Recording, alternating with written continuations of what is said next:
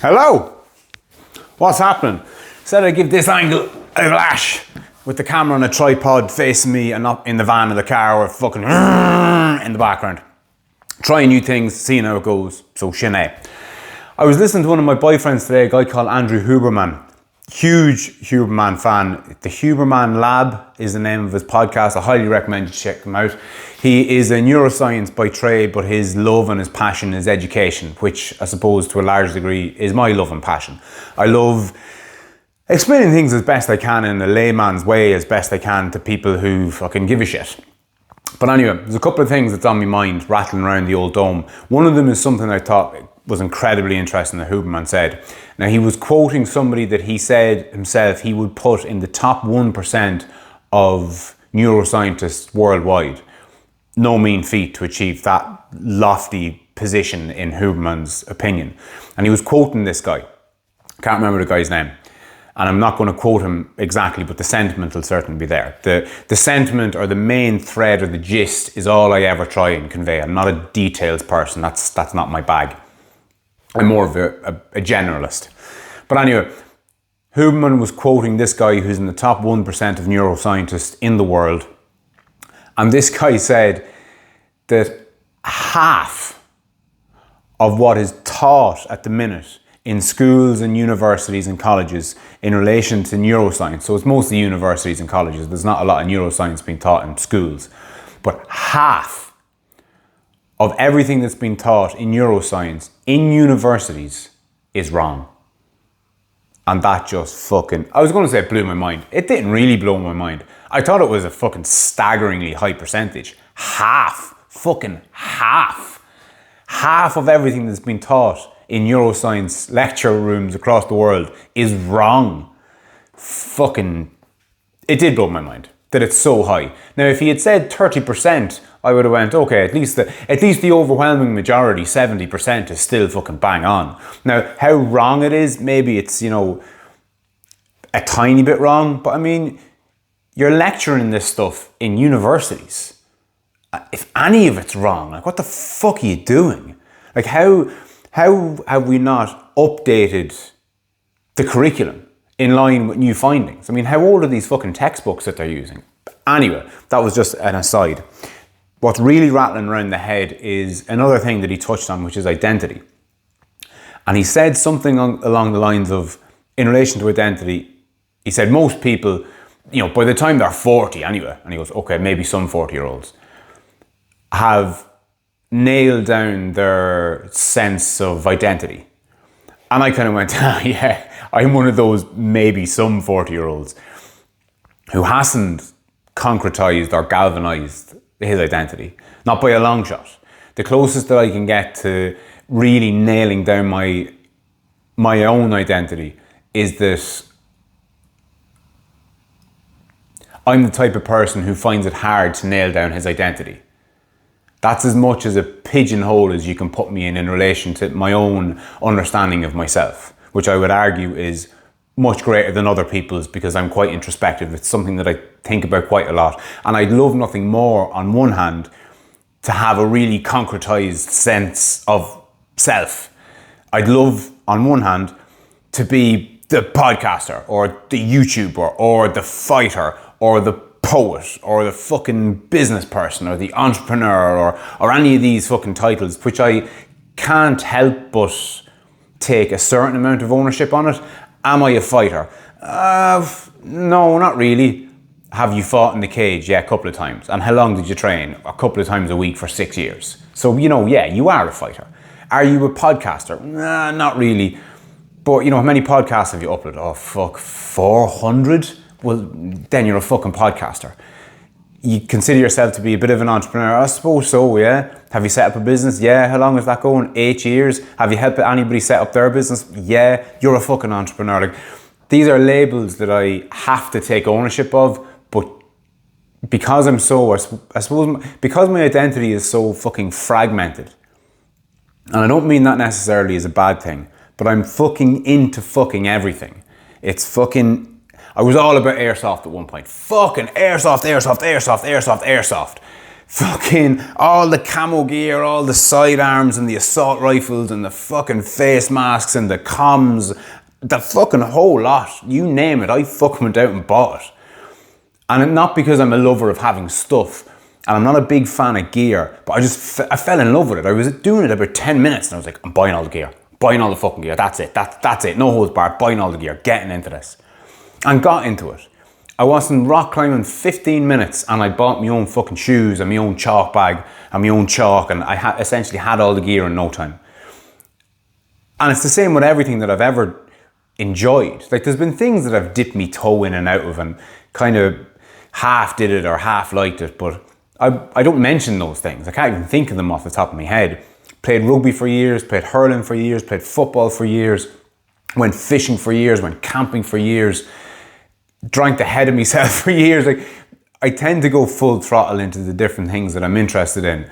But again, the only thing that I can really nail down to define me is that it's hard for me to define myself as anything. The only thing that comes to mind, and it's a bit of a pretentious wanky term to use on yourself, is a Renaissance man. If you look up the definition of a Renaissance man, it's somebody who has competency in a whole host of fields, which I suppose I do. I can do a bit of carpentry, I can do electrical work, I can do plumbing. You know, I can do fucking almost anything really. If I'm in any way, shape or form arsed to do it, I can do it. I pride myself on being a competent person. Now, the downside of that is being able to do a lot of different things means that you're never going to be the best at any one thing in particular. But that doesn't really bother me. That doesn't bother me in the least. I'd sooner be a jack of all trades and a master of none. And there's a quote I heard from another one of my boyfriends, a guy called Tim Ferriss, that I'm reminded of now. And it's specialization is for insects. And I like that. I think we as human beings are one of our niche things, or one of those things that makes us who and what we are, is our adaptability. It's our ability to do all these different things.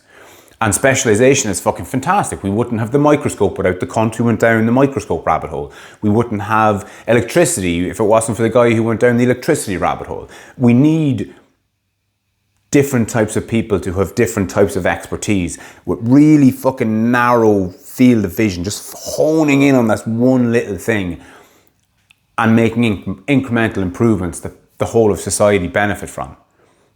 But there's a place for people like me. And I think that people who enjoy my content are presumably somewhat similar. Because if you're into fucking everything and you can't stay focused on the one thing for too fucking long because something else has grabbed your attention, then you're going to like the kind of stuff that I do, because I'm talking about identity 1 minute and drugs the next minute and airsoft the next minute and setting up a winery another minute, which is my next business. I'm in the middle of setting up a winery with past guest and friend of the show, Pat O'Reilly. It'll be hopefully the second spin-out business from my current business, which is what pays the mortgage and is a vertical farm. We grow microgreens and sell them to food service distributors. And that's flying along, that's great. But because I can't stay at that and only that. Now, don't get me wrong, I've done that and only that for 8 years. I was fighting for 6 years. I played hurling for 10 years. Like, it's not as though I'm flaky. It's not as though I dip in and out of these things and I can't stick at one thing and achieve a certain level of, not mastery, but competency, say. It's not that. It's not that I can't focus on anything. I mean, you don't get to episode 4 or 5 fucking hundred in podcast land or YouTube land without having some fairly serious commitment to the fucking thing. But I suppose what's coming out in the wash here is there are times when I wish, like I said earlier, on one hand, I don't identify as this and I don't identify as that and I don't identify as this. But on the other hand, I do somewhat identify as, again, a fucking wanky, pretentious term, a Renaissance man. I wish there was a better term. Here's one for you. This is funny. This is something that I've been reflecting on of late. So I was listening to another one of my boyfriends. I did a podcast on this recently. Modern Wisdom is the name of the podcast. Chris Williamson is my boyfriend. And he mentioned this idea of identity dysmorphia. So I wonder, now again, it's just a made up term. I'm not diagnosing myself here with anything. But I wonder, do I suffer to a degree with a bit of identity dysmorphia? Because I don't like being referred to as a fighter or a podcaster, because I don't really associate myself with being those things. But as I laid out, I can't not associate myself with being those things, having done it for so long and done so much of it. But I made a comment on his YouTube video, something to the effect of, I wonder, is identity dysmorphia and imposter syndrome related? And the example that I gave in my little message or my little comment was, in relation to me having set up my own business, I am a business person, I am a businessman. I've set up and been running my own business for fucking just short of a decade. So again, do I love the term businessman? Am I happy with that term? Not particularly. I kind of wince at being referred to as a businessman, but at the same time, I can't deny it because it's somewhat of an objective fact that that's exactly what I am. But in the comment, what I said was, I feel like I've transformed into a butterfly, to use an analogy. I've transformed into a butterfly, but I haven't left my cocoon yet. And thought the use of the term butterfly was a bit kind of up my own arse or a bit gay or something. But couldn't think of a better one and put in the comment, and that was that. And I was reflecting on it since, and I said to myself, I should have said moth. I wouldn't have seemed as much up my own arse if I said, I feel like I've turned into a moth, but I haven't left my cocoon yet. And what that had me reflecting on was, Jesus fucking Christ, you can't, calling yourself a butterfly is some sort of fucking, oh, he thinks he's a fucking butterfly, does he? Like, give yourself a fucking break, lad. That's another thing, if I can pigeonhole myself as fucking anything, it's somebody who's incredibly harsh on themselves. And again, like most things, I don't know if that's a fucking good, bad, or an indifferent thing, but it's just an interesting observation of mine.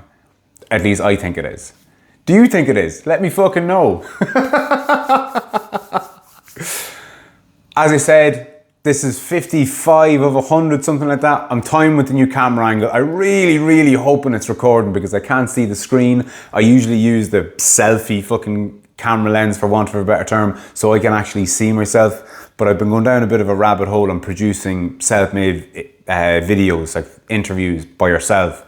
And a tip that I was given was, don't use the selfie camera because it's not that high a quality image. So if you've watched a couple of these already, maybe on your TV, let me know if this is an improvement. The downside from my perspective is I don't fucking know if it's recording. I'm sitting here going, I fucking hope it's recording. But a tip that I see in one of the videos was they mounted a mirror, or you could just fucking hang a mirror in the background just to make sure it's still recording, or the battery could have died. Like, are we just in here talking to the fucking back of my camera in a power cut for all I know, like a fucking lunatic. But if you're enjoying these, there's a heap more of them there. If you like this one or another one, send it to a friend. That kind of stuff helps. My name is Frannon McKeown. This is the Off the YouTube channel. And on that note, I'll chat to you soon.